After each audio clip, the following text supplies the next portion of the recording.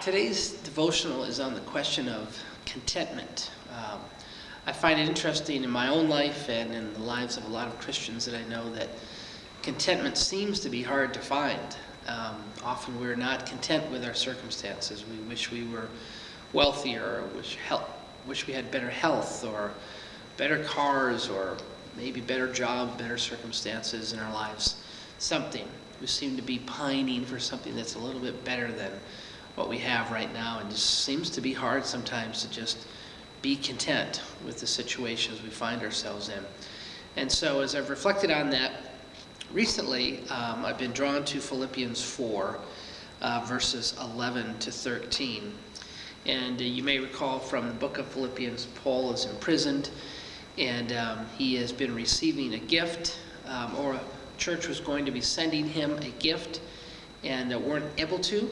And in response to the fact that he was delighted they were going to send him the gift, but he couldn't receive it, he gives these verses. So let me read verses 11 to 13 from Philippians 4.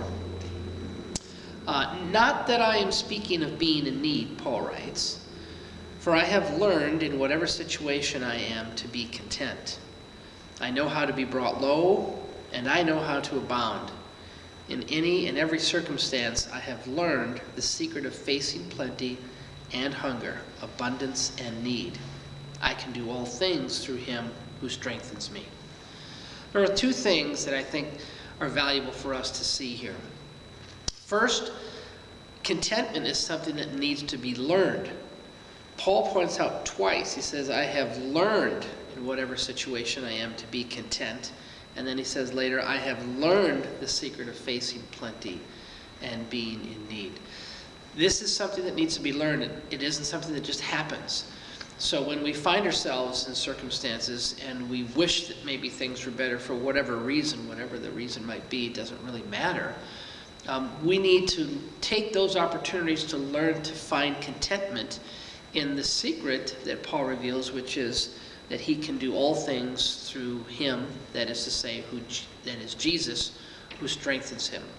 So the first thing is we've got to learn this. This is something we've got to train ourselves to do. Not allow ourselves to be discontent, but in those moments of wanting and need, to seek to learn how to be content in Christ and what Christ has done for us. The second thing that I'd say is that Paul recognizes that finding this contentment is not just in those circumstances where we are in need, but also in those times where we're abounding, when things seem to be going well. So we need to learn to be content, not just when things are bad, going badly, but also when things seem to be going well. So we have to be able to catch ourselves. We have to be able to be mindful that life is so good, it seems like everything is flowing well, God seems to be blessing us. And yet at the same time, are we seeking the contentment that is found in our relationship with Christ, in the truth of what he's done for us on the cross, even, and perhaps especially in America, in those circumstances where we are abounding, where we have plenty of food, where we have a home, we have adequate shelter, excellent shelter, we have clothing, we have friends, we have cars that work, all these things that we take for granted. These, I would say, are reflections of abounding. And while we are abounding, we need to train ourselves to be content with the one who has empowered us. And when Paul writes, I can do all things through him who strengthens me, that verb for strengthen can also be the one who empowers me. And so that's Jesus. Jesus is the one that needs to be the center of our joy. He needs to be the center, the source of our joy and our greatest contentment, because everything can change. Our circumstances can change. We all know that from day to day.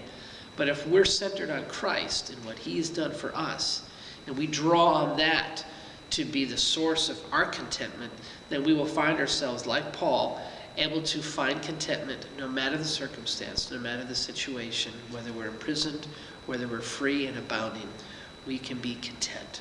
So I encourage you to consider that and to join me in training myself and learning how to be content in no matter what circumstance we find ourselves. Thanks, and God bless you.